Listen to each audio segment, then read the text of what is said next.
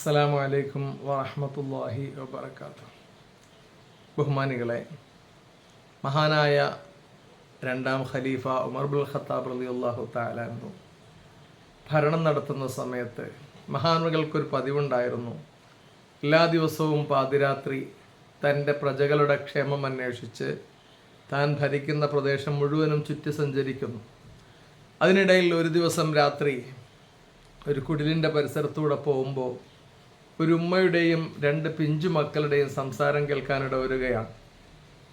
മഹാനായ ഉമർ ഇബ്നുൽ ഖത്താബ് റളിയല്ലാഹു തആല അൻഹു ആ വീടിൻ്റെ സാഹചര്യം മനസ്സിലാക്കിയപ്പോൾ കുറേ നേരമായി കുട്ടികൾ ഉമ്മ എന്താ ഭക്ഷണം വേകാത്തത്?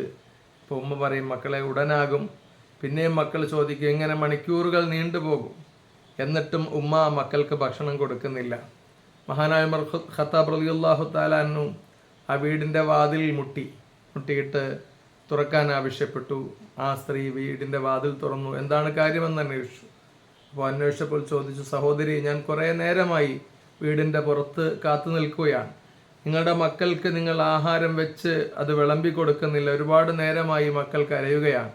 എന്താണ് ഇതിൻ്റെ പിന്നിലെ രഹസ്യമെന്ന് ചോദിച്ചപ്പോൾ ആ സഹോദരി പറഞ്ഞു, എൻ്റെ മക്കൾക്ക് ആഹാരമായി കൊടുക്കാനൊന്നുമില്ല. അവർ വിശന്ന് പരവശരായി ദിവസങ്ങളായി കഴിയുകയാണ്.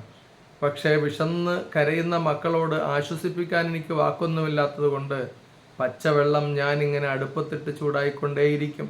അതിൽ കുറച്ച് ചരൽക്കല്ലുകൾ ഞാൻ പറക്കിയിട്ടിട്ടുണ്ട്. കുറേ നേരം അവർ ഭക്ഷണം പാകമാകും എന്ന് ചിന്തിച്ച് ഇരിക്കുമ്പോൾ അവർ അറിയാതെ വിശന്ന് ഉറങ്ങിപ്പോകും. അങ്ങനെ ഉറങ്ങിക്കഴിയുമ്പോൾ എൻ്റെ മക്കളോടൊപ്പം ഞാനും കിടന്നുറങ്ങും. എൻ്റെ ഭർത്താവ് മരണപ്പെട്ടിട്ട് എത്രയോ വർഷങ്ങളായി എൻ്റെ മക്കൾ അനാഥരാണ്. ഞാൻ വിധവയാണ്. എനിക്ക് മറ്റൊരു നിവൃത്തിയുമില്ല. ഈ നാട്ടിലെ ഭരണാധികാരികൾ ഞങ്ങളുടെ കാര്യങ്ങൾ അന്വേഷിക്കുന്നുമില്ല. മഹാനായ ഉമർ ഇബ്നുൽ ഖത്താബ് റളിയല്ലാഹു തആല അൻഹു ഉടനെ തന്നെ ആ വീട്ടിൽ നിന്ന് ഇറങ്ങിയിട്ട് നേരെ താൻ താമസിക്കുന്ന സ്ഥലത്തേക്ക് പോയി.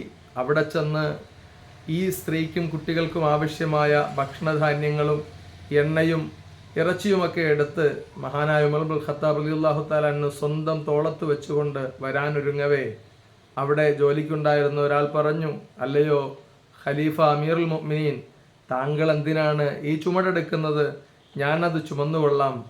റളിയല്ലാഹു തആല അൻഹു അയാളുടെ മുഖത്ത് നോക്കി ചോദിച്ചു, നാളെ പാരത്രിക ലോകത്ത് അള്ളാഹുവിൻ്റെ കോടതിയിൽ എൻ്റെ ഭാരങ്ങൾ ചുമക്കാൻ നിനക്ക് ആകുമോ? അയാൾ പറഞ്ഞു, അതിന് സാധിക്കില്ല. എങ്കിൽ ഈ ഭാരം ഞാൻ തന്നെ ചുമന്നോളാം. മഹാനായ ഇബ്നുൽ ഖത്താബ് റളിയല്ലാഹു തആല അൻഹു അതുമായി ആ ഗ്രാമീണയായ സ്ത്രീയുടെ വീട്ടിലേക്ക് നടന്നു. ഇവിടെ വന്ന് മഹാനവറുകൾ തന്നെ ആ സ്ത്രീയെ മാറ്റി നിർത്തി അവർക്ക് വേണ്ടി ഭക്ഷണമൊരുക്കി, കുട്ടികൾക്ക് വേണ്ടി ഭക്ഷണമുണ്ടാക്കി, കുട്ടികളെ വിളിച്ചെഴുന്നേൽപ്പിച്ച് ആ മക്കൾക്ക് ഭക്ഷണം കൊടുത്ത് നന്നായിട്ട് അവരോട് ആശ്വാസവാക്ക് പറഞ്ഞ് പോരാനൊരുങ്ങുമ്പോൾ ആ സ്ത്രീ പറഞ്ഞു, അല്ലയോ സഹോദര, താങ്കളാണ് യഥാർത്ഥ മനുഷ്യസ്നേഹി. ഇവിടുത്തെ അമീറുൽ മുഅ്മിനീനാകേണ്ടത് താങ്കളാണ് യോഗ്യത, അല്ലാതെ ഖലീഫ ഉമർ അല്ല. ഉടനെ കരഞ്ഞുകൊണ്ട് മഹാനായ ഉമർ ഇബ്നുൽ ഖത്താബ് റളിയല്ലാഹു തആല അൻഹു പറഞ്ഞു, സഹോദരി ക്ഷമിക്കണം. താങ്കൾ നേരത്തെ പറഞ്ഞ ഖലീഫ ഉമർ ഞാൻ തന്നെയാണ്.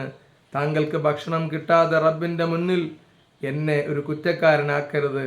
അങ്ങനെ എങ്ങാനും സംഭവിച്ചു പോയാൽ അള്ളാഹുവിൻ്റെ അടുക്കൽ ഞാനൊരു അപരാധിയായി പോകും.